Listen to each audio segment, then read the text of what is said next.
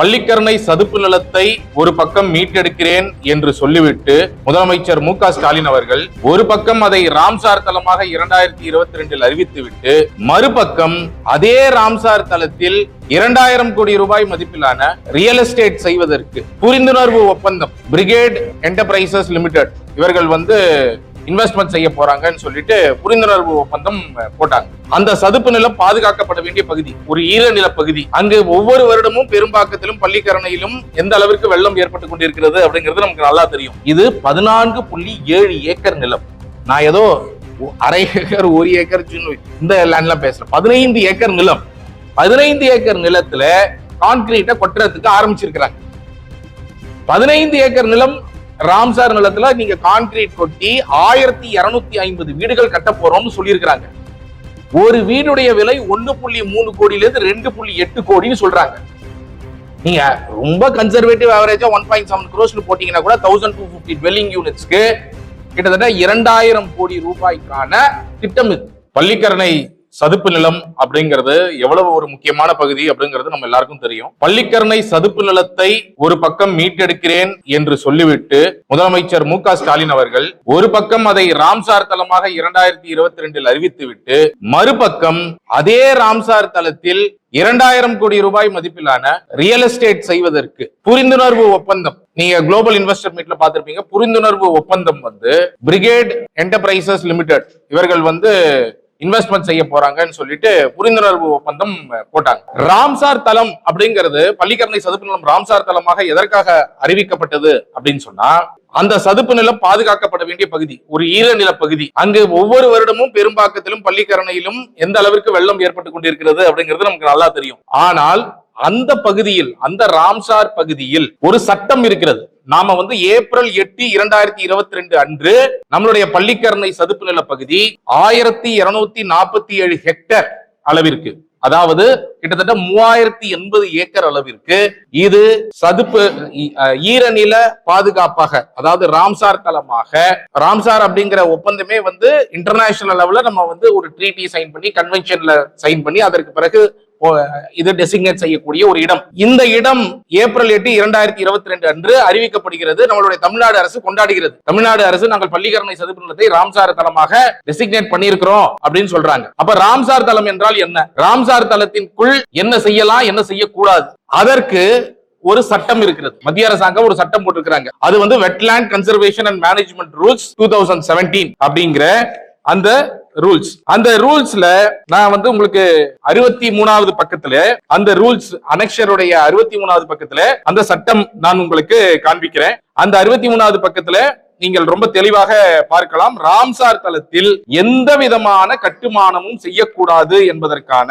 சட்டம் இங்கிருந்து தான் வருகிறது. Section 3 applicability of rulesல these rules shall apply to the following wetlands or wetland complexes, namely wetlands categorized as wetlands of international importance under the Ramsar convention. நம்மளுடைய பள்ளிக்கரணை சதுப்பு நிலம் ராம்சாரின் கீழ் April 8, 2022 designate செய்யப்பட்டது என்பதற்கான ஆதாரம் முதல் பக்கத்தில் இருக்கிறது. அனெக்ஷர் முதல் பக்கத்துல நீங்க பார்க்கலாம். இரண்டாவது, அப்போ அந்த ராம்சார் நிலத்தில் இந்த சட்டம் அப்ளிகபிள் ஆகக்கூடிய இடத்துல அடுத்த செக்ஷன் 4ல பாத்தீங்கன்னா 67 பக்கம் 67 restrictions of activities in wetlands, என்ன செய்யலாம் என்ன செய்யக்கூடாது, இப்ப செய்யக்கூடாது என்ன அப்படிங்கறத போட்டிருக்கிறாங்க. அதுல the following activities shall be prohibited within the wetlands, namely ஆறாவது, any construction of a point பாருங்க, any construction of a permanent nature except for boat jetties within 50 meters. So permanent natureல இருக்கக்கூடிய எந்த விதமான கன்ஸ்ட்ரக்ஷனுக்கும் ராம்சார் தலத்திற்குள் நீங்கள் அனுமதி கொடுக்க முடியாது.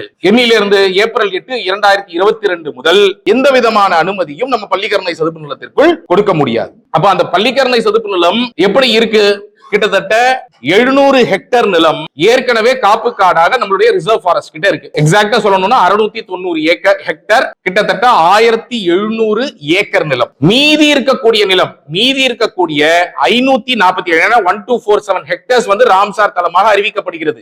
அதுல 700 ஏற்கனவே ஃபாரஸ்ட் டிபார்ட்மெண்ட் கிட்ட காப்பு காடாக, பள்ளிக்கரணை மார்ஷ்லேண்டாக டெசிக்னேட் செய்து இருக்கு. மீதி இருக்கக்கூடிய 547 ஹெக்டேரில் எந்த விதமான கட்டுமானமும் அதிலும் செய்யக்கூடாது. அதை மீட்டெடுப்பதற்கான வேலையை, அதை பாதுகாப்பதற்கான வேலையை அரசாங்கம் செய்ய வேண்டும். அந்த 547 ஹெக்டர் நிலத்தில் பலவிதமான கவர்மெண்ட் லேண்ட் இருக்கும், பிரைவேட் லேண்ட் இருக்கும், இந்த மாதிரி பலவிதமான லேண்ட்ஸ் இருக்கும்.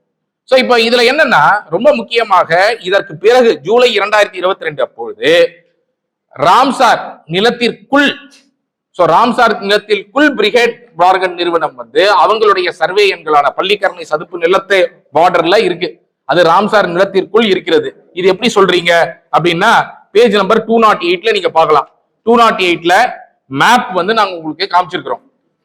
ராம்சாருடைய பவுண்டரி என்ன அப்படிங்கிறது இது நீங்களோ நானோ சொல்லல, தமிழ்நாட்டில் இதற்காகவே இந்த வெட்லேண்ட் கன்சர்வேஷன் ரூல்ஸை ஃபாலோ பண்ணுவதற்காக டிஎன் ஸ்டேட் வெட்லேண்ட் அத்தாரிட்டி அப்படிங்கிற அந்த நிறுவனம் தான் இதுக்கு பொறுப்பு. இந்த டிஎன் ஸ்டேட் வெட்லேண்ட் அத்தாரிட்டி இருக்கிறாங்க இல்லையா, இந்த டிஎன் ஸ்டேட் வெட்லேண்ட் அத்தாரிட்டி அவர்கள் என்ன சொல்றாங்க அப்படின்னா 208ல அவங்களுடைய மேப், அவங்க ராம்சார்ல அவங்களுடைய வெப்சைட்லயே ராம்சாருடைய மேப்பை வந்து போட்டிருக்கிறாங்க. சிஎம்டிஏ கூட சமீபத்தில் வெளியிட்டு இருக்காங்க. சோ அந்த ராம்சார் மேப்புக்குள்ள நீங்க தெல்ல தெளிவாக பார்க்கலாம். சர்வே நம்பர் 453, 495, 496, 497, 498 இந்த சர்வே எண்கள் அந்த பிரிகேட் மார்கன் நிறுவனம் என்ன செய்யறாங்க அப்படின்னு சொன்னா 534 பள்ளிக்கரணை மாஸ்டர்ட்ட ஒட்டி இருக்கக்கூடியது. இது ராம்சார் தளத்திற்குள் வருகிறது. இந்த தளத்திற்கு எந்த விதமான கட்டுமானமும் கொடுக்க கூடாது, அனுமதியும் சுற்றுச்சூழல் அனுமதி கொடுக்க கூடாது. ஆனா இதற்கு டேர்ம்ஸ் ஆஃப் ரெஃபரன்ஸ் அவங்க அப்ளை பண்றாங்க, என்விரான்மெண்டல் கிளியரன்ஸ்க்கு அப்ளை பண்றாங்க என்விரான்மெண்ட் டிபார்ட்மெண்ட்டுக்கு. சோ இதோடைய ப்ரொசீஜர் என்ன அப்படின்னா ஸ்டேட் என்விரான்மெண்டல் இம்பாக்ட் அசஸ்மெண்ட் அத்தாரிட்டிக்கு அவங்க அப்ளை பண்றாங்க. சோ அது டேர்ம்ஸ் ஆஃப் ரெஃபரன்ஸ்க்கு அவர்கள் அப்ளை செய்யறாங்க. சோ அது வந்து உங்களுக்கு அனெக்சர் 7 இருந்து இருக்கிறது. நீங்க பாத்தீங்க அப்படின்னு சொன்னா அனெக்சர் 7ல என்விரான்மெண்ட் கிளியரன்ஸ்க்கு அப்ளை பண்ணது, அனெக்சர் 6ல டேர்ம்ஸ் ஆஃப் ரெஃபரன்ஸ்க்கு அப்ளை பண்ணது. இது எல்லாமே இருக்கு. இதுல கேள்வி என்னன்னா இந்த மாதிரி ஒரு ப்ரப்போசல் வந்த உடனே என்விரான்மெண்ட் டிபார்ட்மெண்ட் என்ன பண்ணணும்? Environment department state environmental impact assessment authority அப்படிங்கிறது கிருஷ்ணகுமார் ஐஎஃப்எஸ் ரிட்டையர்டு அவர் லீட் பண்றாரு. அதுல வந்து ராகுல்நாத் ஐஏஎஸ் என்விரான்மெண்ட் செக்ரட்டரி இருக்கிறார். இந்த மாதிரி பெரிய பெரிய பதவியில் இருக்கக்கூடியவர்கள் தான் இந்த கமிட்டில இருக்கிறாங்க. இவங்க அடுத்தது ஸ்டேட் எக்ஸ்பர்ட் அப்ரைசல் கமிட்டிக்கு ஃபார்வர்ட் பண்றாங்க. அந்த கமிட்டியில ஏற்கனவே ரிட்டையர் ஆன தீனபந்து ஐஏஎஸ் இருக்கிறாரு. இப்ப இவர்களை போன்றவர்கள் இந்த ப்ரப்போசல் வந்த உடனேயே இது ராம்சார் தளத்திற்குள் இருக்கிறது என்று சொல்லி இந்த ப்ரப்போசலை ரிஜெக்ட் பண்ணியிருக்கணும். ஆனால் அவர்கள் அதற்கு பதில் என்ன செய்கிறார்கள் என்றால் இது ராம்சார் தளத்திற்குள், இது வந்து அபட்டிங் ராம்சார் லேண்ட், இது ராம்சார் தளத்திற்குள் இல்லை, ராம்சார் தளத்திற்கு அருகில் இருக்கிறது என்று ஒரு பொய்யாவே ஒரு பதிவை போடுறாங்க. சோ இத நீங்க வந்து எஸ்சிஏசியோடைய மினிட்ஸ்ல 411 அனெக்சர் நம்பர் 119 பேஜ் நம்பர் 119ல நீங்க பார்க்க முடியும். 119ல 120ல கீழே நீங்க பார்க்கலாம். as the proposed site lies abutting the Pallikarnai Ramsar site, Pallikarnai Ramsar site, the proponent shall submit details regarding the boundary of the site, namely Pallikarnai marshland boundary. Ramsar பவுண்டரியை கேட்கல,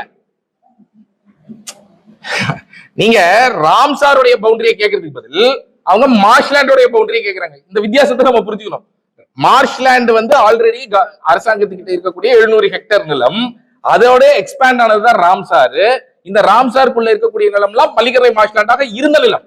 இன்னைக்கு government லேண்டா இருக்கும், பிரைவேட் லேண்டாக பட்டா மாத்தி இருக்கலாம். ஆனால் Ramsar பவுண்டரியை கேட்பதற்கு Ramsar நிலத்திற்குள் நீங்க எந்த விதமான அனுமதி கொடுக்க கூடாது. அப்ப ராம்சாருடைய லாட்டிடியூட் லாங்கிடியூட் கேட்பதற்கு பதிலாக மார்ஷ்லாண்டுடைய லாட்டிடியூட் லாங்கிடியூட் மாதிரி கேட்டு இவர்கள் என்ன பண்றாங்க அப்படின்னு சொன்னா இந்த நிலம் ராம்சாருக்கு பக்கத்தில் இருக்கிறது என்று சொல்வதே முதல்ல தவறு. இவங்க என்ன பண்ணிருக்கணும், ராம்சாருடைய பவுண்டரி ஒன்னும் இல்லைங்க, நீங்க நான் யார் வேணாலும் நீங்க ஸ்டேட் வெட்லேண்ட் அத்தாரிட்டி வெப்சைட்ல போய் பார்க்கலாம், யார் வேணும்னாலும் டிஎன்ஜிஎஸ் வெப்சைட்ல போய் பார்க்கலாம். அப்படியே நீங்க பாத்தீங்கன்னாலே உங்களுக்கு அந்த 453 495 இது எல்லாமே ராம்சார்க்குள்ள வருதுங்கிறத மேப்பை பார்த்தாலே உங்களுக்கு 208ல பாருங்க, 209ல பாருங்க, நான் வச்சிருக்கிறேன் அனெக்சர்ல பார்த்தாலே உங்களுக்கு தெரியுது. இப்ப உங்களுக்கு எனக்கு தெரியுது ஸ்டேட் என்விரான்மெண்டல் எக்ஸ்பர்ட் இவங்க. அப்ப எக்ஸ்பர்ட் கமிட்டிக்கு இவங்க என்ன பண்ணிருக்கணும், இவங்க பார்த்து உடனடியாக இதை ரிஜெக்ட் பண்ணிருக்கணும். ஆனால் அப்படி செய்யாமல் ஒரு பொய்யை பதிவிட்டு இது ராம்சாருக்கு அருகில் உள்ள நிலம் என்று ஒரு பொய்யை பதிவிட்டு முதல்ல டேர்ம்ஸ் ஆஃப் ரெஃபரன்ஸ் கொடுக்குறாங்க. அதுக்கப்புறம் என்விரான்மெண்டல் கிளியரன்ஸ்க்கு வந்து ஆகஸ்ட் 2023 அப்ளை பண்றாங்க. அதையும் அவர்கள் மீண்டும் டிசம்பர் 2024 ஆமா இது வந்து ராம்சார் பக்கத்தில் உள்ள நிலம் தான். இதுல பல துறைகள் போய் சொல்றாங்க. ஃபாரஸ்ட் டிபார்ட்மெண்ட் வராங்க. ஃபாரஸ்ட் டிபார்ட்மெண்ட் கிட்ட தான் அந்த 534 அந்த 208 பாத்தீங்கன்னா அந்த 534 சர்வே நம்பர், இதுக்கு பக்கத்துல இருக்கிற சர்வே நம்பர் ஃபாரஸ்ட் டிபார்ட்மெண்ட் கிட்ட இருக்கு காப்பு காடாக. நீ இனி கூட போய் பார்க்கலாம். அது வந்து நம்மளுடைய அனெக்சர் 5ல ஜிஓ 147ல 20 ஹெக்டேர் நிலம் 50 ஏக்கர் நிலம் 534/4 ஃபாரஸ்ட் டிபார்ட்மெண்ட்டுக்கு ஹேண்ட் ஓவர் பண்ணப்பட்டிருக்கு அப்படிங்கிறது தெள்ள தெளிவாக இருக்கிறது. அப்படி இருந்தும் கூட ஃபாரஸ்ட் டிபார்ட்மெண்ட் நம்மளுடைய அனெக்சர் பேஜ் நம்பர் 132ல ஒரு பொய் சொல்றாங்க. என்னன்னு சொல்றாங்க? அவர்கள் சொல்கிறார்கள் இது மார்ஷ்லேண்ட்ல இருந்து 65 மீட்டர் தொலைவில் இருக்கிறது அப்படின்னு ஃபாரஸ்ட் டிபார்ட்மெண்ட் ஒரு ரிப்போர்ட் கொடுக்குறாங்க. ஃபாரஸ்ட் அபிஷியல்ஸ் போயிட்டு 65 மீட்டர் தொலைவில், 0 மீட்டர் தொலைவில் 65 மீட்டர் தொலைவில் கொடுக்குறாங்க. ரெண்டாவது, ஃபாரஸ்ட் டிபார்ட்மெண்ட்க்கு ராம்சார் தளம் தெரியும். ஏன்? ஃபாரஸ்ட் டிபார்ட்மெண்ட் கண்ட்ரோல்ல தான் ஸ்டேட் வெட்லாண்ட் அத்தாரிட்டி வருது. ஸ்டேட் வெட்லாண்ட் அத்தாரிட்டி தான் ராம்சாருக்கு எந்தெந்த சர்வே நம்பர்னு கொடுக்கிறது. அப்போ ராம்சாரோடைய சர்வே நம்பர் என்ன, ராம்சாரோடைய மேப் என்ன அப்படிங்கிறது எல்லாமே ஃபாரஸ்ட் டிபார்ட்மெண்ட்டுக்கு தெரியும். நம்ம எல்லாருக்கும் நல்லா புரிஞ்சுக்கணும். இது என்விரான்மெண்ட் டிபார்ட்மெண்ட், ஃபாரஸ்ட் டிபார்ட்மெண்ட் இருக்கலாம். Environment department, climate change, forest மூணுத்துக்கும் சேர்த்து ஒரே செக்ரட்டரி தான். இன்னைக்கு சுப்ரியா சாகு இருக்கிறாங்க, முன்னாடி செந்தில்குமார் இருந்தாரு, அதுக்கு முன்னாடி திரும்ப சுப்ரியா சாகு தான் இருந்தாங்க. சோ இவங்க எல்லாருக்கும் நல்லா ஒரே துறைக்குள்ள இருக்கக்கூடிய தகவலை அவங்களுக்கு தெரிந்தே அதை மறைத்து வேண்டுமென்றே இவங்களுக்கு இந்த என்விரான்மெண்டல் கிளியரன்ஸும் கொடுக்க வேண்டும் என்பதற்காக இந்த வேலையை செஞ்சிருக்கிறாங்க. சோ ஜனவரி December 2024 state expert appraisal committee அவங்களுக்கு அப்ரூவல் கொடுத்துறாங்க.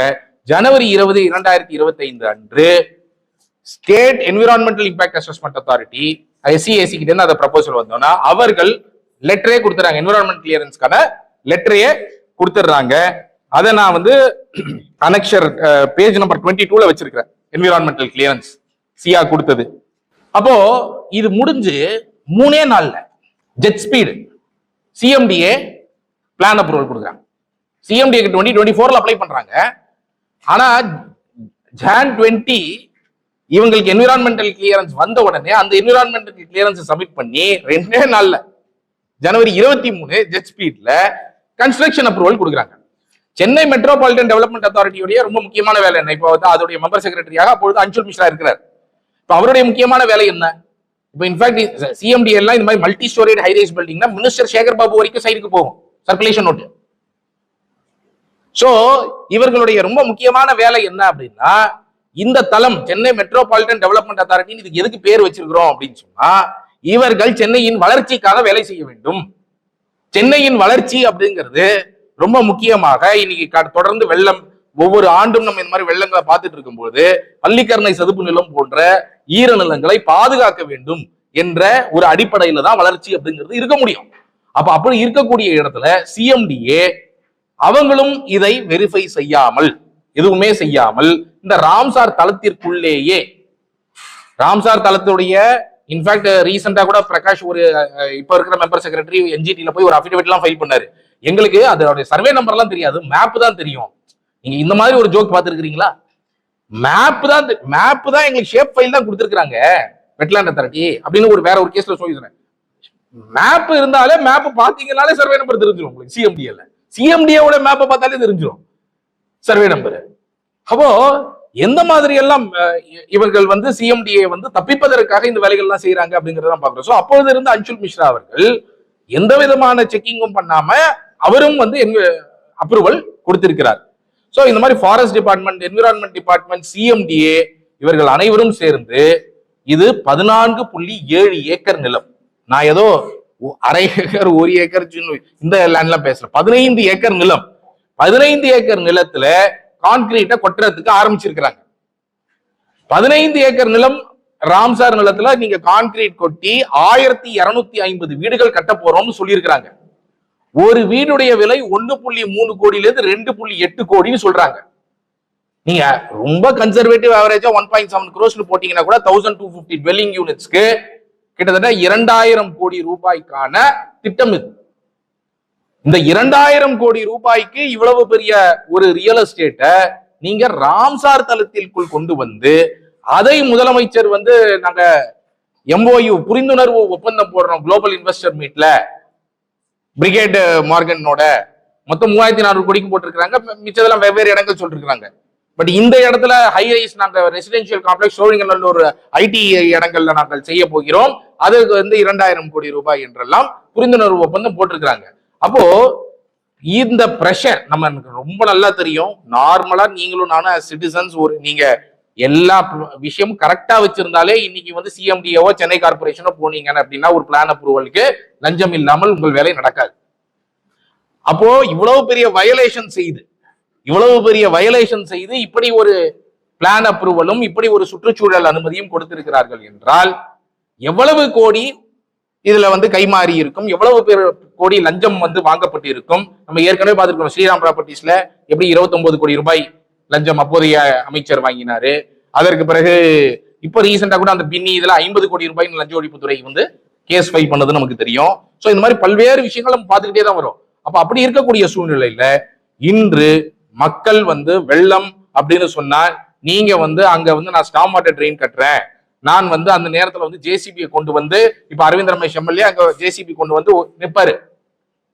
பட் கொஸ்டின் என்னன்னா எம்எல்ஏ அவருடைய ஃபண்டமெண்டல் ரோல் என்ன அப்படின்னா இந்த மாதிரி அவருடைய இடங்கள்ல பள்ளிக்கரணை ராம்சார் தளத்துல இந்த மாதிரி எப்படி கட்டுமான அனுமதி கொடுக்குறீங்கன்னு அவர் சட்டசபையில கேட்கணும், அவர் கேள்விகள் எழுப்பணும் மக்கள் பிரதிநிதியாக. அப்போ இன்னைக்கு வந்து இதை அனுமதிக்க முடியாது. உடனடியாக பிரிகேட் மார்கன் நிறுவனத்திற்கு பிரிகேட் என்டர்பிரைசஸ் லிமிடெடுக்கு கொடுக்கப்பட்ட இந்த என்விரான்மெண்டல் கிளியரன்ஸ் ரத்து செய்யப்பட வேண்டும், இந்த கட்டுமான அனுமதி ரத்து செய்யப்பட வேண்டும், அவர்கள் கட்டுவது உடனடியாக நிறுத்தப்பட்டு இந்த ராம்சார் நிலம் மீட்டெடுக்கப்பட வேண்டும் அப்படிங்கிறது நம்மளுடைய முக்கியமான கோரிக்கை. இரண்டாவது, நம்ம லஞ்ச ஒழிப்புத்துறையிலே கொடுத்திருக்கிறோம். ஏனென்றால் இதில் மிகப்பெரிய ஒரு ஊழல் நடந்திருப்பதற்கான முகாந்திரம் இந்த சட்ட விதிமீறல்களில் இருந்து தெரிகிறது. அதனால் இதன் மீது அவர்கள் வழக்கு பதிவு செய்து இதில் யாரெல்லாம் இன்வால்வ்டோ அப்பட்டமாக ஸ்டேட் எக்ஸ்பர்ட் அப்ரைசல் கமிட்டி வந்து இது ராம்சார் நிலத்திற்கு அருகில் உள்ளது என்ற ஒரு அப்பட்டமான பொய்யை அவர்கள் சொல்கிறார்கள் எக்ஸ்பர்ட்ஸ் அப்படின்னு சொன்னா இவர்கள் மீதெல்லாம் கண்டிப்பாக விசாரணை பாய வேண்டும், நடவடிக்கை எடுக்கணும். அந்த நடவடிக்கை வெறும் ஐஏஎஸ் அதிகாரிகளோடு நிற்கக்கூடாது. இந்த இதில் அமைச்சர்களுடைய பங்கு என்ன இருக்கிறதா இல்லையா என்பதும் விசாரிக்கப்பட வேண்டும். ஏன்னா சிஎம்டிஏனா சேகர் பாபு அமைச்சர் இருக்கிறாரு, என்விரான்மெண்ட் டிபார்ட்மெண்ட் தங்கம் தென்னரசு இருக்கிறாரு, ஃபாரஸ்ட் டிபார்ட்மெண்ட் அப்போ பொன்முடி இருக்கிறாரு. அந்த அந்த அனுமதி கொடுக்கப்பட்ட காலகட்டத்துல முதலமைச்சர் புரிந்துணர்வு ஒப்பந்தம் போகிறார், முதலமைச்சரும் டிஆர்பி ராஜா இண்டஸ்ட்ரீஸ் மினிஸ்டரும். அப்போ இது வந்து ஒரு மிகப்பெரிய அழிவை நோக்கி தான் இந்த மாதிரி ப்ராஜெக்ட்ஸ் வந்து சென்னையை வந்து இழுத்து செல்லும். இது உடனடியாக ரத்து செய்யப்பட வேண்டும், ராம்சார் நிலம் மீட்கப்பட வேண்டும், இவர்கள் மீது சட்ட ரீதியான நடவடிக்கை எடுக்கப்பட வேண்டும். ஏப்ரல் 8, 2022 பிறகு ராம்சார் நிலத்திற்கு உட்பட்ட இடங்களில் என்னென்ன அனுமதி கொடுத்திருக்கிறார்களோ அது அனைத்தும் ரத்து செய்யப்பட வேண்டும் அப்படிங்கிற கோரிக்கைகளோட அறப்போர் இயக்கம் நாங்க வந்து லஞ்ச ஒழிப்புத்துறை மட்டும் இல்ல முதலமைச்சர் மற்றவர்கள் கன்சர்ன் டிபார்ட்மெண்ட்ஸ் எல்லாருக்குமே நாம வந்து இது விஷயமாக புகார் அனுப்பியுள்ளோம். கண்டிப்பாக போடும். இதுல வந்து என்ஜிடி வந்து ஏற்கனவே அதற்கு பின்னாடி வந்து ஒரு சர்வே நம்பர் கே வந்து எடுத்திருந்தாங்க. அது வந்து ராம்சார் தளத்திற்கு வெளியே இருக்கக்கூடிய நிலம் அவங்க சுவமோட்டோவா எடுத்திருந்தாங்க போன வருஷம். இன்ஃபேக்ட் அந்த ஒரு கேஸ் வந்து அந்த மாதிரி என்ஜிடி வந்து இதை சுவமோட்டோவாவே எடுக்கலாம் நினைச்சாங்கன்னா அப்படி அவர்கள் எடுக்காத பட்சத்தில் நம்ம நீதிமன்றத்தை இவங்க எந்த நடவடிக்கையும் இதை உடனடியாக நான் என்ன சொல்றேன், அரசாங்கம் உடனடியாக இப்போ முதலமைச்சர் ஒருவேளை சொல்றாருன்னு வச்சுக்கோங்க, எனக்கு என்னுடைய நாலேஜுக்கு இது இல்ல, எனக்கு தெரியாது, இந்த நிமிடம் வரைக்கும் தெரியாது, இப்ப தெரியும்ல. அப்போ அவருடைய முக்கியமான வேலை வந்து இன்று உடனடியாக இதில் தலையிட்டு என்விரான்மெண்டல் கிளியரன்ஸ் ரத்து பண்றதுக்கான நடவடிக்கைகள் எடுக்கணும், கன்ஸ்ட்ரக்ஷன் பிளான் அப்ரூவல ரத்து செய்யறதுக்கு நடவடிக்கை எடுக்கணும்.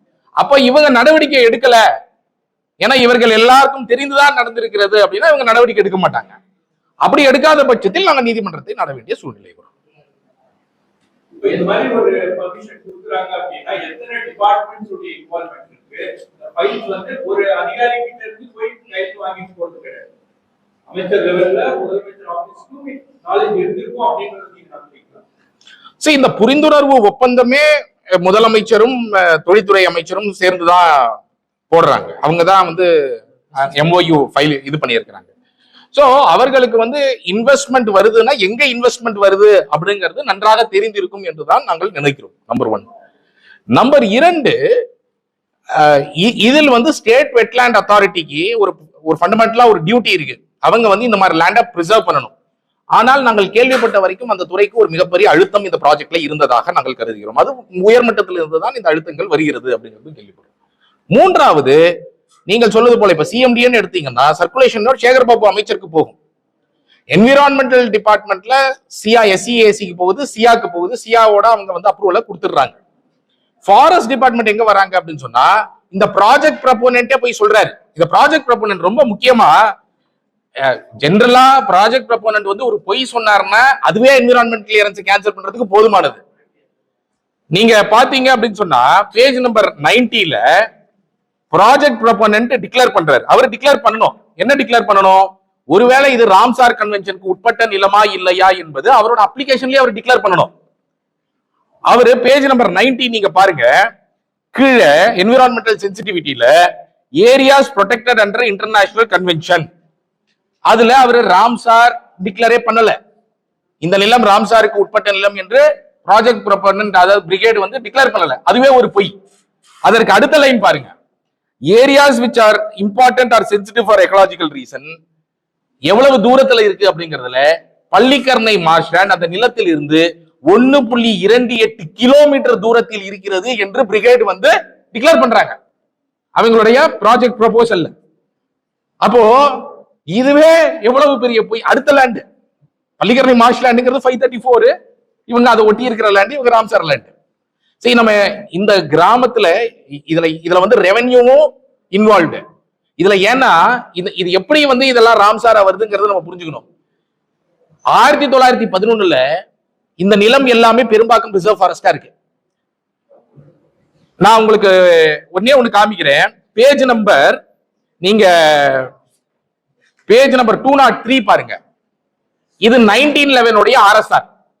1911 உடைய ஆர்எஸ்ஆர்ல கடைசி சர்வே நம்பர் இந்த பெரும்பாக்கம் கிராமத்துல 445 தான். சாரி, 445 தான். நம்ம இப்ப பேசிட்டு இருக்கிற சர்வே நம்பர்லாம் என்னது? 453, 495, 496. அந்த சர்வே நம்பர்லாம் கிடையவே கிடையாது. என்ன பண்றாங்கன்னா அதுக்கு முன்னாடி பேஜ்ல நீங்க 430 பாத்தீங்கன்னா ஒரு 2 பேஜ் முன்னாடி 430 சர்வே நம்பர் பேஜ் நம்பர் 200ல 430 சர்வே நம்பர் 1911ல நீங்க பார்க்கலாம் 643.9 ஏக்கர்ஸ் லேண்ட். அது ரைட் சைட்ல நீங்க அதோடைய இது பார்க்கலாம், பெரும்பாக்கம் ரிசர்வ் ஃபாரஸ்ட், கீழே கழுவெளி பேக் வாட்டர் என்று இருக்கக்கூடியதை நீங்க பார்க்கலாம். சோ பெரும்பாக்கம் ரிசர்வ் ஃபாரஸ்டாக 643.9 ஏக்கர்ஸ் லேண்ட் 430ல இருந்திரு, அதாவது 430 இருந்திருக்கு. இது இதற்கு பிறகு 206/7ல நான் 1993 பல டிகேட்ஸ்க்கு பிறகு அந்த லேண்ட் எப்படி மாறி இருக்கு அப்படிங்கறத காமிக்கிறேன். அதே 430 லேண்ட் நீங்க இந்த பேஜ் நம்பர் 207ல லாஸ்ட் லைன்ல பார்க்கலாம். 2.47 ஹெக்டர்ஸ், வெறும் 6 ஏக்கர் நிலம் தான் அந்த சர்வே நம்பர்ல பாக்கி இருக்கு. 643 ஏக்கராக இருந்த பெரும்பாக்கம் ரிசர்வ் ஃபாரஸ்ட் 6 ஏக்கர் நிலமாக மாறி இருக்கிறது. அந்த 6 ஏக்கரும் என்னன்னா பாதை.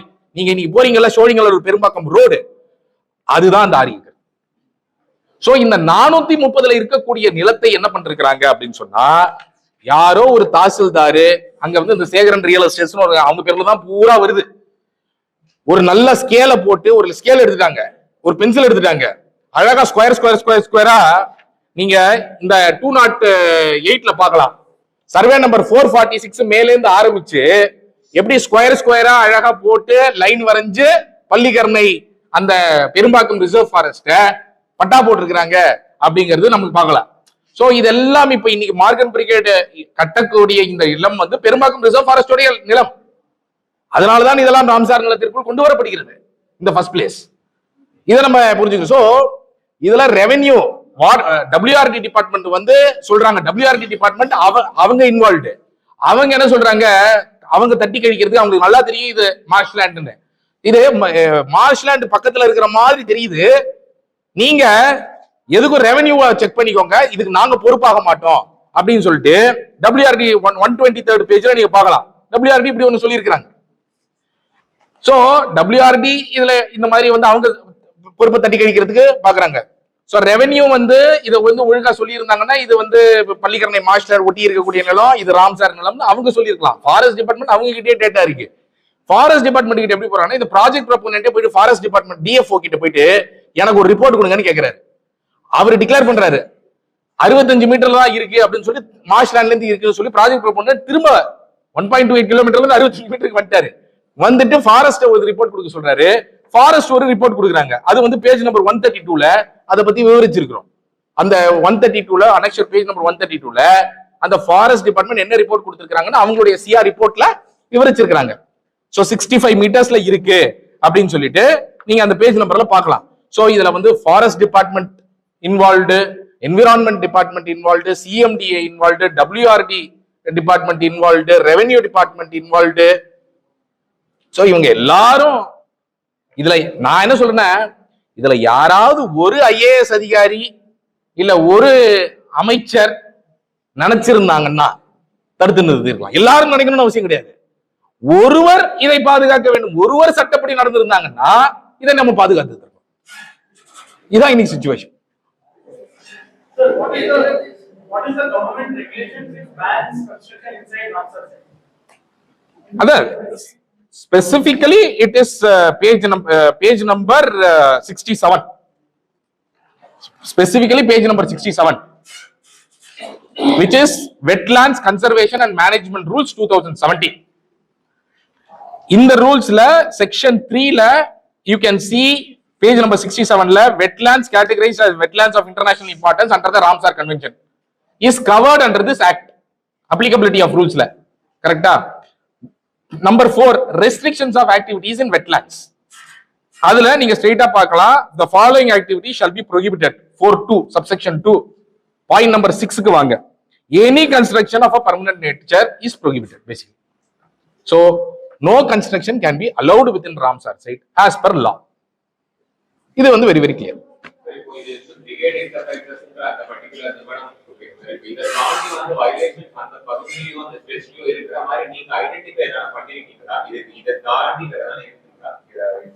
இருக்கு, நிறைய இருக்கு. இன்ஃபேக்ட் வந்து அந்த பெரும்பாக்கம் வந்து ஒரு பாட்டில் நெக். நீங்க வந்து அதற்கு எழுத்த மாதிரி இருக்கக்கூடிய அந்த கிளாசிக்கல் இன்ஸ்டிடியூட் கொடுத்துட்டாங்க, ஆல்ரெடி எல்காட் கொடுத்திருக்கிறாங்க. எல்காட் எல்லாம் கழுவெளியாக இருக்கக்கூடிய நிலம் தான் ஆக்சுவலா. சோ அதெல்லாம் ஒரு பாட்டில் நெக்கா மாறிடுச்சு. பட் இதை தாண்டி இப்போ ராம்சார் தளத்திற்குள் இருக்கு இல்லையா, நாங்க இந்த இதையே எப்படி ஐடென்டிஃபை பண்ணோம்னா 2024ல we went there. அப்போ நாங்க போகும்பொழுது இந்த மழை பத்தி நாங்க ஆடிட் பண்ணும் பொழுது இவங்க பெருசு பெருசா ப்ளூ ஷீட் அடிச்சு மார்ஷ்லாண்டை ஒட்டி இவங்க பண்ணிட்டு இருக்கிறாங்க, ப்ளூ ஷீட் அடிச்சு. அப்பொழுதுதான் நாங்க என்னடா இது மார்ஷ்லாண்டை ஒட்டி இருக்கேன்னு சொல்லி அப்பையில இருந்து தான் நாங்க எடுக்க ஆரம்பிக்கிறோம். இந்த இஷ்யூவை எடுத்து நாங்க வந்து ஒவ்வொரு டாக்குமெண்டா எடுத்து பார்த்து அனலைஸ் பண்ணி தான் ஓஹோ இந்த மாதிரி ஒண்ணு இங்க நடந்துட்டு இருக்கு அப்படிங்கிறது எங்களுக்கு புரியுது. அப்போ இந்த மாதிரியாக பல நீங்க சதர்ன் சைட் பெரும்பாக்கத்திலேயே சதர்ன் சைட் போனீங்கன்னா அங்க மெட்ரோ ரயில்கான கன்ஸ்ட்ரக்ஷன்லாம் ஒண்ணு நடக்குது, அந்த ஹேண்ட் ஓவர் பண்ணுது. அந்த லேண்ட் எல்லாமும் ராம்சார் தளத்திற்குள் வரக்கூடிய லேண்ட். ஸோ இந்த மாதிரி பல நிலங்கள் இருக்கிறது. நாங்க வந்து இது ஒரு இன்ஃபேக்ட் ஏற்கனவே நாங்க பள்ளிக்கரணை சதுப்பு நிலத்துல எப்படியெல்லாம் முறைகேடு நடந்ததுங்கிறது ஏற்கனவே ஒரு அடி வெளிக்கொண்டு வந்திருக்கிறோம். அதன்படி பல நிலங்கள் மோசடி நிலங்களாக அறிவிக்கப்பட்டு ரத்து செய்யப்பட்டது. அதுல ஒரு கேஸ்ல சார்ஜ் ஷீட் கூட போட்டிருக்கிறாங்க சிசிபில. சோ இப்பொழுது இரண்டாவதாக இந்த மாதிரி நம்ம அதை எடுத்து பண்றோம். இந்த மாதிரி நம்ம ஒரு சீரீஸ் இன்னும் நிறைய இருக்கிறது டெஃபினட்டா. நாங்க என்ன கேட்கிறோம்னா, இதை நாங்க பண்றதுக்கு ஒண்ணும் இல்லைங்க. மார்ஷ்லேண்ட் 534 நான் உங்களுக்கு காமிச்சிருக்கிறேன். ஜிஓ இப்ப நாங்க அனெக்சர் 5ல நீங்க பாருங்க, ஜிஓ போட்டிருக்கிறாங்க. கவர்மெண்ட் வந்து ஜிஓ போட்டு இது மார்ஷ்லேண்ட் அப்படின்னு சொல்லி 20 ஹெக்டர் சொல்லியிருக்கிறாங்கல்ல. இந்த லேண்டு நீங்க எல்லாரும் சிஎம்டிஏ வெப்சைட்ல போய் இந்த லேண்ட் என்ன கிளாசிபிகேஷன் சிஎம்டிஏல இருக்குன்னு பாருங்க. இண்டஸ்ட்ரியல் ஜோன் வச்சிருக்காங்க, இண்டஸ்ட்ரியல் ஜோன் வச்சிருக்காங்க. மார்ஷ்லேண்ட ரெவென்யூவே மார்ஷ்லேண்ட் சொன்ன ஒரு லேண்ட, இன்னி வரைக்கும் மார்ஷ்லேண்ட் சொல்லிட்டு இருக்கிற ஒரு லேண்ட சிஎம்டிஏ இண்டஸ்ட்ரியல் ஜோன் வச்சிருக்காங்க. அப்போ சோ இந்த மாதிரியான இந்த இண்டஸ்ட்ரியல் ஜோன் வச்சா நீங்க அப்ரூவல் கொடுக்கிறது ஈஸி. இது வந்து வாட்டர் பாடி கிடையாது அப்படின்னு சொல்றதுக்கு. சோ இந்த மாதிரியான விஷயங்கள் நிறைய நடந்துட்டு இருக்கு. நம்ம வந்து எதெல்லாம் ஆதாரங்கள் கிடைக்குதோ சேகரிக்க முடியுதோ அதை நம்ம வெளிக்கொண்டு வந்துட்டோம். சென்ட்ரல் டிபார்ட்மெண்ட்ஸ் உடைய பங்களிப்புகள் இருக்கா? அவங்ககிட்ட பெர்மிஷன்ஸ் வாங்குறது அந்த மாதிரி இருக்கா? இங்க கூட அவங்களுடைய ரோல் எதுல இருக்கு அப்படின்னா appointment of SCAC and SEIAA. So government வந்து ஒரு ரெக்கமெண்டேஷன் கொடுப்பாங்க, இங்க இருந்து இந்த மெம்பர்ஸ் வந்து கமிட்டில இருக்கணும் அப்படின்னு சொல்லிட்டு அவர்கள் அதை வந்து அப்ரூவ் செய்து அவங்க வந்து கெசட்ல வெளியிடுறாங்க. மற்றபடி இது போன்ற அப்ரூவலுக்கு மாநிலத்தில் இருக்கக்கூடிய சியா அண்ட் எஸ்சிஏசிக்கு தான் அதிகாரம் கொடுக்கப்பட்டிருக்கு.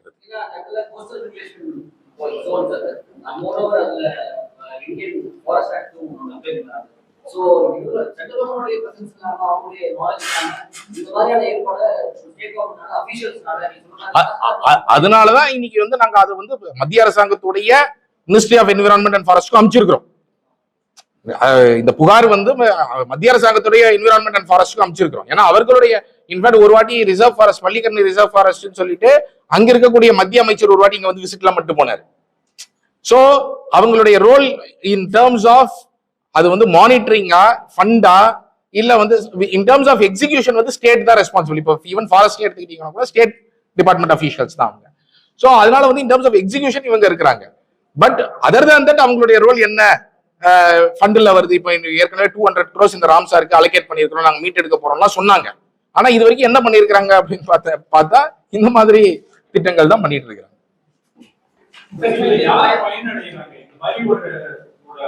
அரேஞ்ச்மெண்ட் பண்ணி ஒரு லேண்ட் வந்து ஒரு பிரைவேட் கம்பெனி கொடுக்கறதால அரசாங்கத்துக்கு என்ன லாபம், இல்ல எப்படி வந்து யார் பயனடைகிறாங்க?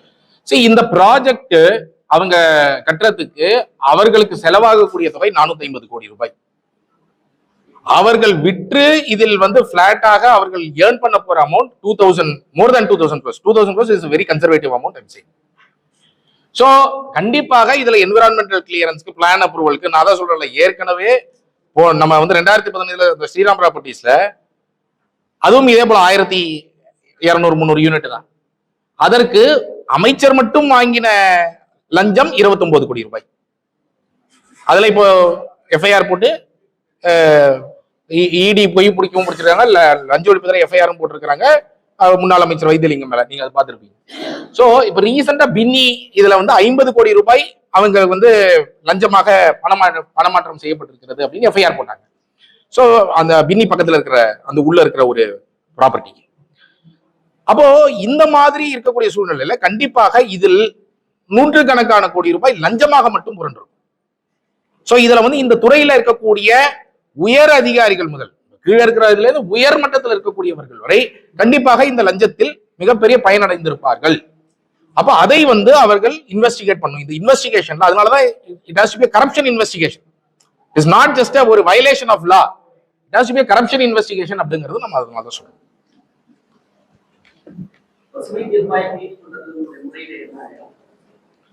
இல்ல பசுமை தீர்ப்பாயம் இந்த என்விரான்மெண்டல் கிளியரன்ஸை ரத்து செய்ய வேண்டும், பிளான் அப்ரூவலை ரத்து செய்ய வேண்டும். இது வந்து ரொம்ப முக்கியமானது. அந்த ராம்சார் தளம் மீட்டெடுக்கப்பட வேண்டும். அது இன்ஃபேக்ட் ராம்சார் தளத்துல ஸ்டேட் வெட்லாண்ட் அத்தாரிட்டியோடைய ரொம்ப இம்பார்ட்டன்ட் வேலையே என்னன்னா அந்த ராம்சார் தளத்தை மீட்டெடுப்பது. ஸோ என்ஜிடி வந்து ஸ்டேட் வெட்லாண்ட் அத்தாரிட்டியை மஸ்ட் மேக் தெம் அக்கௌண்டபிள். நீங்க ஏன் இதை வந்து இந்த மாதிரி ஒரு அப்ரூவலை வந்து அலோவ் பண்ணியிருக்கிறீங்கன்னு கேட்டு இதை ரத்து பண்ணிட்டு உடனடியாக அதை மீட்டெடுப்பதற்கான வேலைகளை அவர்கள் செய்ய வேண்டும். ரெண்டாவது அக்கௌண்டபிலிட்டி. தப்பு செஞ்சாங்க, நாங்க வந்து அதை வந்து கேன்சல் மட்டும் பண்ணிட்டோம்னா அது பத்தாது, திரும்ப திரும்ப தப்பு பண்ணுவாங்க. ஏன்னா மாற்றுறது 10ல் 1 தான் மாட்டுவாங்க, இல்ல 100ல் 1 தான் மாட்டுவாங்க. நீங்க எப்ப அக்கௌண்டபிலிட்டி பிக்ஸ் பண்றீங்களோ அன்னைக்குதான் மிச்சவங்க பண்றதுக்கு பயப்படுவாங்க. So accountability is also very important.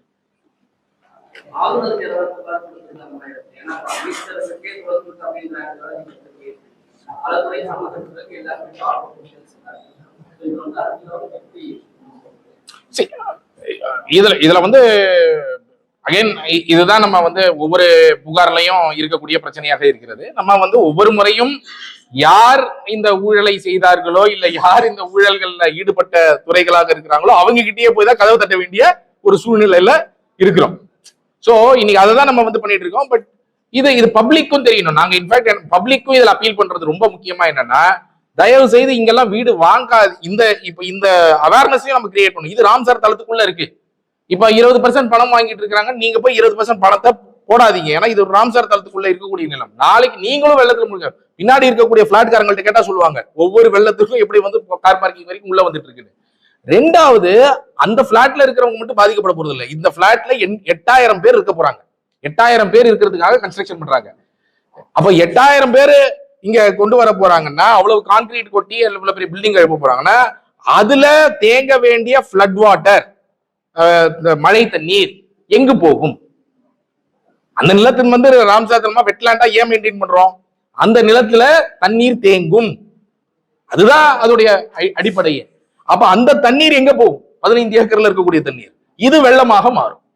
So இன்னைக்கு நம்ம பார்த்துட்டு இருக்கக்கூடிய வெள்ளங்களுக்கு நேரடியான காரணம் இது. சார், இந்த மெமரண்டம் ஆஃப் அண்டர்ஸ்டாண்டிங் அவங்க கையெழுத்து போடுறதுக்கு முன்னாடி இதெல்லாம் முன்முடிவு செய்யப்பட்டு அதுக்கப்புறம் தான் அந்த கம்பெனிஸ் தான் வந்து கையெழுத்து போட்டுருப்பாங்களா? இது வந்து கையெழுத்து போட்டதுக்கு பிறகு இந்த அலிகேஷன் தான் நடந்ததுன்னு நினைக்கிறீங்களா? அப்ப இந்த மெமரண்டம் ஆஃப் அண்டர்ஸ்டாண்டிங் கையெழுத்து போடுறாங்க ஐயா இந்த ஈவெண்ட் வச்சு, அப்ப அதுலயே வந்து ஒரு முறைகேடா கொண்டு போறோம் அப்படின்றது முன்னாடியே முடிவு பண்ணி பண்றாங்க. உதாரணத்துக்கு ஜூலை 2022 பிரிகேட் நிறுவனம் டேர்ம்ஸ் ஆஃப் ரெஃபரன்ஸ் அப்ளை பண்ணிட்டாங்க. புரிந்துணர்வு ஒப்பந்தம் போடப்படுவது 2024. சோ அவங்க அப்ளை பண்ணிட்டாங்க, பெண்டிங்ல இருக்கு, அப்ரூவ் ஆக மாட்டேங்குது. சோ இத வந்து ஒரு புரிந்துணர்வு ஒப்பந்தம் நாங்க இன்வெஸ்ட்மெண்ட் பண்றோம் அப்படிங்கிற பாணியில ஒரு ராம்சார் நல்லது. இப்ப நீங்க இந்த மாதிரி புரிந்துணர்வு ஒப்பந்தம் 2000 கோடி ரூபாய் சோழிங்கநல்லூர்ல பண்ண போறீங்கன்னா, ஒரு கவர்மெண்ட் கேட்கணும்ல, எங்க அந்த லேண்ட் இருக்கு? 15 ஏக்கருக்கு எங்க லேண்ட் இருக்கு? நீங்க பண்ண போறேன்னு சொல்றீங்களா, அதுக்கான லேண்ட் எங்க இருக்குன்னு கேட்பாங்களா மாட்டாங்களா? அப்ப இது வந்து அடிப்படை ஆக்சுவலா. சோ இதுல இருந்து தான் நம்ம வந்து என்ன பாக்குறோம் அப்படின்னு சொன்னா, இந்த MOU அப்படிங்கிறது ஒரு ஷாமா தான் நமக்கு வந்து இதுல தெரியுது, கண் துடைப்பா தான் தெரியுது. நீங்க வந்து ஒரு ஏன்னா MOU அப்படிங்கறத பயன்படுத்தி மேலும் இதில் அழுத்தம் கொடுப்பதற்கான வேலை நடந்திருக்கு இந்த அப்ரூவலுக்கு. அதுதான் இந்த அப்ரூவல்ல முக்கியமாக நடந்திருப்பதாக எங்களுக்கு தகவல்கள் தெரிகிறது. நீங்க சொன்னீங்க 3 நாள்ல பர்மிஷன் கொடுத்தாங்க அப்படின்னு. வேற எந்த திட்டங்களுக்கு இந்த 3 நாள் பர்மிஷன்ல ஒரு பைலட் கிளியர் பண்றதோ அல்லது ஒரு என்டையர் அலோகேஷன் வந்து பண்றதோ எப்படி சாத்தியமாகும்? அது நிறுவனங்கள் அந்த அளவுக்கு வேகமாக செயல்படுறது ஏன்? அது அரசாங்கம் 2 விஷயத்துல வேகமாக செயல்படும். ஒண்ணு, இது போல மிகப்பெரிய கார்பரேட்டுகளுக்கு கிட்ட இந்த மாதிரி சட்டத்தை மீறி உடனடியாக அனுமதி கொடுப்பதற்கு 3 நாட்கள்ல பண்ணோம். இல்லை, இதை பற்றி பேசிய நம் மீது வழக்கு போடுவது 1 நாள்ல கூட பண்ணுவாங்க, பேசணும் அப்படிங்கிறதுக்காக. இந்த மாதிரி இதெல்லாம் எதிர்த்து கேள்வி கேட்கிறோம் அப்படிங்கிறதுக்காக. சோ இந்த 2 விஷயங்கள்ல தான் அரசு வந்து வேகத்தை காட்டியிருக்கிறது அப்படிங்கறத நம்ம பார்க்கணும். வேற எந்த இடத்துலயுமே ஒரு காமன் மேனுக்கு போனா எவ்வளவு டிலே? 1.5 வருஷம் ஆச்சு. இவருக்கே 1.5 வருஷம் ஆச்சு. லஞ்சம் கொடுக்க மாட்டேன்னு 1.5 வருஷம் ஆச்சு. அந்த மாதிரிதான் இன்றைய நிலை ஒரு காமன் மேனுக்கு. ஆனால் அவர்களுக்கு 3 நாள்.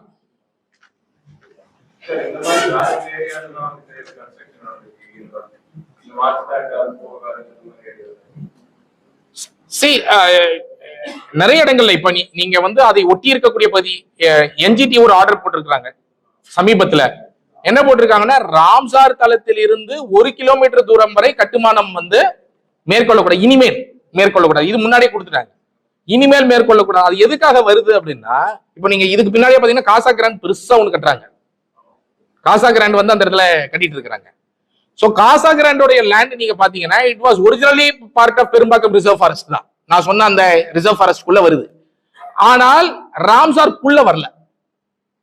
அவர்கள் கட்டக்கூடிய அந்த சர்வே நம்பர் வந்து ராம்சார்க்குள்ள வரல. சோ ராம்சார்க்குள்ள வராததுனால அது அவங்க எஸ்கேப் ஆயிருக்கிறாங்க இந்த விஷயத்தை பொறுத்த வரைக்கும். ஆனால் இதில் கோர்ட் கேட்டது என்னன்னா, ராம்சார் நிலத்திலிருந்து பஃபர் ஜோன் எவ்வளவு இருக்கணும்? ராம்சார் நிலத்துக்கு ஒட்டி இருக்கிற லேண்ட் கொடுக்கலாமா? இது ராம்சார்க்குள்ளேயே இருக்கிற லேண்ட், இது கொடுத்திருக்காங்க. NGT என்ன கேட்டிருக்காங்கன்னா, ராம்சார் நிலத்திலிருந்து எவ்வளவு மீட்டர் தூரத்திற்கு நீங்கள் அனுமதி கொடுக்காமல் பாதுகாக்கணும், ஹைரைஸ் பில்டிங்ஸ் எல்லாம் கொடுக்காம பாதுகாக்கணும்னு கேட்டிருக்கிறாங்க. அப்போ அதுல கேரியத் அவங்க வந்து ஒரு ரிப்போர்ட் கொடுத்து 1 கிலோமீட்டர் தூரம் வரைக்கும் பண்ணணும்னு சொல்லிட்டு 1 கிலோமீட்டர் தூரம் வரைக்கும் இப்ப டெம்பரரியா பண்ணிட்டு, இது வந்து ஒரு பிக்ஸ்டு ஃபார்முலாவா இருக்க முடியாது, அது ஹைட்ராலஜியை பயன்படுத்தி அந்தந்த இடங்களுக்கு அந்த மீட்டர் மாறும், அந்த இன்ஃப்ளூயன்ஸ் ஜோன் மாறும் அப்படின்னு சொல்லி அந்த இன்ஃப்ளூயன்ஸ் ஜோன் தயாராகும் வரை இப்பொழுதுக்கு 1 கிலோமீட்டர் அப்படின்னு சொல்லி இருக்கிறாங்க. சோ இந்த மாதிரியான விஷயங்கள் நடந்து கொண்டு இருக்கிறது. அப்ப இந்த ஒரு பேக்ரவுண்ட்ல தான் what we have to see is that இந்த கேஸ் அவ்வளவு அப்பட்டமான கேஸ். இது வந்து ராம்சாருக்கு வெளியே இருக்கக்கூடிய நிலம் கிடையாது, வெளியே இருக்கக்கூடிய நிலத்திற்கே கொடுக்க கூடாது என்று கோர்ட் சொல்லி கொண்டிருக்கக்கூடிய வேலையில ராம்சார் நிலத்திற்கு உள்ளேயே அனுமதி எப்படி கொடுக்கப்பட்டிருக்கிறது அப்படிங்கறதா இந்த கேஸ். இப்போ இந்த மாதிரி பகுதிகளில் வந்து வீடு வாங்கி இருக்கிறவங்க கேரளா வந்து மரடு மாதிரி ஏரியால வந்து பில்டிங் இல்லீகல் ஆக்குபென்சி சொல்லிட்டு இடிச்சிருக்காங்க. ஸோ அந்த மாதிரி இப்போ இல்லீகல் டிக்ளேர் பண்ணிட்டாங்கன்னா இப்போ அந்த அங்க பிளாட் வாங்குறவங்க அவங்களுடைய சிச்சுவேஷன் என்ன இருக்கும்? ஹவு கேர் அதான் இது நாங்க மக்களுக்குமே நாங்க சொல்லக்கூடியது என்னன்னா, நீங்க வீடு வாங்குவதற்கு முன்பு இப்பொழுது நீங்களே ஆய்வு செய்ய முடியும். இணையதளத்துல உங்களாலேயே ஆய்வு செய்ய முடியும். நீங்க நினைச்சீங்கன்னா டிஎன்ஜிஐஎஸ் வெப்சைட்ல என்னென்ன சர்வே நம்பர் எங்கெங்க இருக்குங்கிறது பார்க்க முடியும். நீங்க ரெவென்யூல அந்த லேண்ட் வந்து என்னவா இன்னைக்கு இருக்கு அப்படிங்கறத பார்க்க முடியும். இதற்கு முன்பு என்னவாக இருந்தது அப்படிங்கிறது UDR 1911 அந்த ரெஜிஸ்டர் எடுத்துதான் நம்ம வந்து பார்க்கணும். ரெஜிஸ்ட்ரேஷன் இதுல என்ன நடந்திருக்கு அப்படிங்கறத பார்க்க முடியும். ஸோ இன்னைக்கு ஒரு வகையில அரசாங்கம் வந்து நம்மளுடைய ஒரு நம்பிக்கையின் பாதுகாவலராகத்தான் இன்னைக்கு ஒரு ரெஜிஸ்ட்ரேஷன் டிபார்ட்மெண்டா இருக்கட்டும், ரெவென்யூ டிபார்ட்மெண்டா இருக்கட்டும், நம்மளுடைய நிலங்களை அவர்கள் பாதுகாப்பார்கள் அப்படிங்கிற ஒரு ட்ரஸ்ட் அடிப்படையில தான் அவங்கள்ட்ட கொடுத்து வச்சிருக்கிறோம் பொது நிலங்களை. ஆனால் அவர்கள் அப்பட்டமாக இந்த ட்ரஸ்டை மீறி, நம்பிக்கையை மீறி இப்படி செயல்படும் பொழுது சிட்டிசன்ஸ்க்கு என்ன வழி இருக்கு? 2 வழிதான் இருக்கு. ஒண்ணு, இது போன்ற தவறு நடக்கும் பொழுது நாம் கேள்விகள் கேட்பது. இரண்டாவது, நீங்கள் இது போன்ற வீடுகள் வாங்க போறீங்க, இது பண்ண போறீங்கன்னா நீங்க ஒரு ரெவென்யூ டிபார்ட்மெண்ட்ல சொல்லிட்டாங்க, இங்க சொல்லிட்டாங்க, அங்க சொல்லிட்டாங்கன்னு பார்க்காம நீங்களும் கொஞ்சம் ஆராய்ச்சி செய்ய வேண்டிய அவசியம் இன்று இருக்கிறது. இல்லை என்றால் நாளைக்கு இது மாதிரி ஏதாவது ஒரு நிலத்துல கொண்டு போய், இப்ப இன்னைக்கே வந்து 20% இன்னைக்கு கட்டுங்க, அப்புறம் கட்டி முடிச்ச அப்புறம் மீதி 80% கட்டுங்கன்னு சொல்லி அட்வர்டைஸ்மெண்ட் போட ஆரம்பிச்சிட்டாங்க. ஃபவுண்டேஷனே இப்பதான் போடுறாங்க. ஆனா இந்த அட்வர்டைஸ்மெண்ட் போட்டு ஆல்ரெடி பணம் கலெக்ட் பண்ண ஆரம்பிச்சிட்டாங்க. சோ நாளைக்கு இதோட என்விரான்மெண்டல் கிளியரன்ஸ் ரத்தாகும். நான் வந்து we have to cancel at any cost. இதோட என்விரான்மெண்டல் கிளியரன்ஸா இருக்கட்டும், இதோடைய பிளான் அப்ரூவலா இருக்கட்டும், ரத்தாகும். அப்போ அந்த மாதிரி ஆகும் பொழுது சில பாதிக்கப்படலாம். அதனாலதான் நாங்க வந்து இது ஒரு அவேர்னஸ் ஆகும். அட்லீஸ்ட் இனிமே யாராவது இது வரைக்கும் பணம் கட்டியிருந்தீங்கன்னா நீங்க போய் திரும்ப வாங்குங்க அந்த 20%. ஒருவேளை இந்த இடத்துல வாங்கலாம்னு நினைச்சீங்கன்னா தயவு செஞ்சு வாங்காதீங்க. இந்த போன்ற இடங்கள்ல செக் பண்ணிட்டு, பெரும்பாக்கம், பள்ளிக்கரணை, இந்த மாதிரி இடங்கள்ல அது மார்ஷ்லேண்டோடைய பார்ட்டா இல்லையாங்கிறத, ராம்சாருடைய பார்ட்டா இல்லையாங்கிறத செக் பண்ணிட்டு அதற்கு பிறகு பர்ச்சேஸ் பண்ணுங்க அப்படிங்கறத நான் சொல்றேன். அவங்க வந்து it's a huge real estate firm. அவங்க பேஸ்ட் அவுட் ஆஃப் பெங்களூர். அவங்க வந்து பல ஆண்டுகளாக ரியல் எஸ்டேட்ல பண்ணிட்டு இருக்காங்க. இப்போ அண்ணா சாலையில கூட பாத்தீங்கன்னா ஒரு பெரிய கன்ஸ்ட்ரக்ஷன் 7-8 crores சொல்றாங்க ஒரு அபார்ட்மெண்ட். அந்த மாதிரி ஏதோ கன்ஸ்ட்ரக்ஷன்ஸ் எல்லாம் போயிட்டு இருக்கு. ஸோ அவங்க வந்து ஒரு மிகப்பெரிய ஒரு ரியல் எஸ்டேட் ஜெயண்டாக இருந்துட்டு இருக்கிறாங்க. ஸோ பொலிட்டிக்கல் பேக்ரவுண்ட் தெரியல.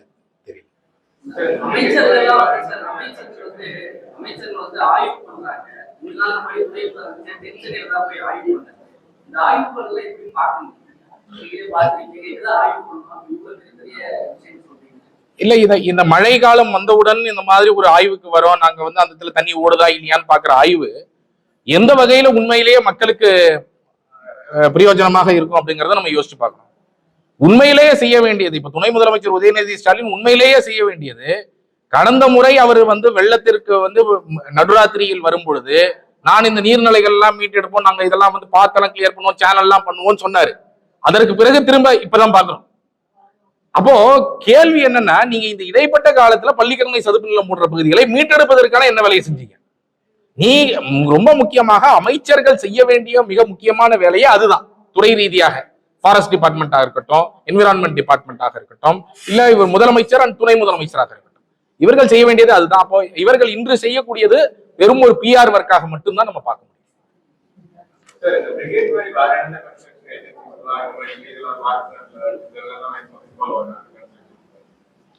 அது வந்து as and when we get proof நம்ம வந்து இந்த மாதிரி வெளிக்கொண்டு வரோம். தெரியல, அந்த மாதிரி நம்ம செக் பண்ணாதான் பார்க்க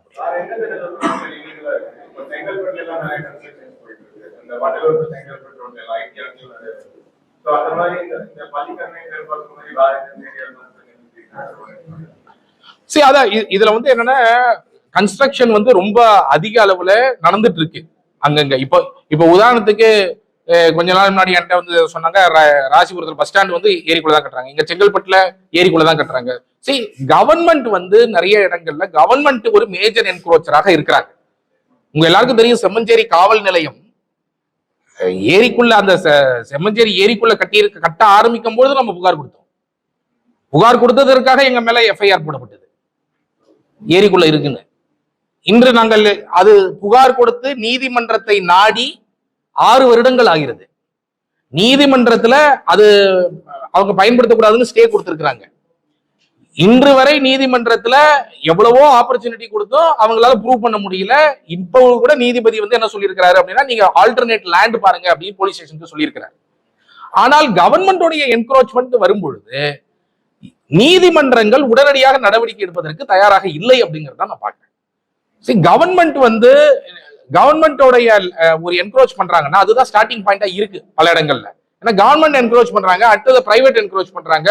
நிறைய இடங்கள்ல நீர்நிலைகள் இப்படி காணாம போகுது. அண்ட் கவர்மெண்ட் வந்து என்ன சொல்றாங்க, நாங்க பப்ளிக் பர்பஸ் தானே அப்படின்னு சொல்றாங்க. வாட்டர் பாடி வந்து நீங்க எந்த பர்பஸ்க்காகவும் நீங்க வந்து அதை மாற்றக்கூடாது, அதோடைய கிளாசிபிகேஷனை மாற்றக்கூடாது, பயன்பாட்டை மாற்றக்கூடாது அப்படிங்கிறது சுப்ரீம் கோர்ட்ல ஹிஞ்ச்லால் திவாரி கேஸ்ங்கிறது ரொம்ப famous case. Even if water body is put into disuse, அது பயன்பாட்டிலேயே இல்லாத நிலமாக இருந்தாலும் நீங்கள் வேறு விஷயத்திற்கு மாற்ற முடியாது, வேறு வகைப்பாட்டிற்கு மாற்ற முடியாது. 2015 நம்மளுடைய பெருவெள்ளம், சென்னை பெருவெள்ளத்திற்கு பிறகு சென்னை உயர் நீதிமன்றத்துடைய division bench, full bench, in fact full bench உட்கார்ந்து ஒரு ஆர்டர் கொடுத்திருக்கிறாங்க, நீர்நிலையை எந்த பயன்பாட்டிற்கும் மாற்ற முடியாது அப்படின்னு சொல்லிட்டு. இன்னைக்கு என்னன்னா, நம்ம 40-50 வருடங்களுக்கு முன்பு நடந்ததை இன்னைக்கு மாற்ற முடியுமா அப்படிங்கறதெல்லாம் நமக்கு தெரியாது. ஆனால் 2015 பெருவெள்ளத்துக்கு வந்த பிறகாவது, இதற்கு பிறகாவது நாம் வந்து நீர்நிலைகளை காப்பாற்ற வேண்டிய ஒரு அவேர்னஸ் வந்திருக்கு, மக்கள் மத்தியில தெரிய வந்திருக்கு. இதற்கு பிறகாவது காப்பாற்ற வேண்டும். இதற்கு பிறகும் நீங்கள் அனுமதிச்சுக்கிட்டே இருந்தீங்கன்னா அது எப்படி? சோ அதை தான் நம்ம வந்து எங்கெல்லாம் அது மாதிரி ஃப்ரெஷ் என்க்ரோச்மெண்ட்ஸ் பாக்குறோமோ இமீடியட்டா நம்ம வந்து எடுக்க ட்ரை பண்ணி